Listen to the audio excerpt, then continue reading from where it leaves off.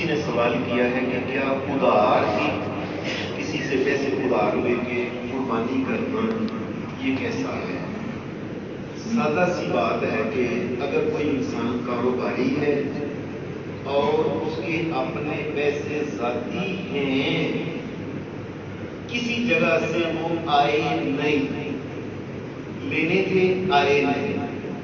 لیکن اس کے پیسے ہیں، وہ مالک ہے، یا ایک آدمی تنہا دار ہے،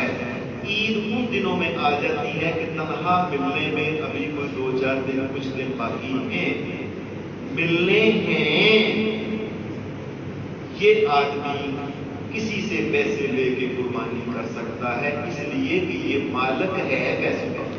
جس کے پیسے آنے ہیں وہ کسی وجہ سے نہیں آئے تو وہ جب آئیں گے تو ادا کر دے گا، لیکن مالک ہو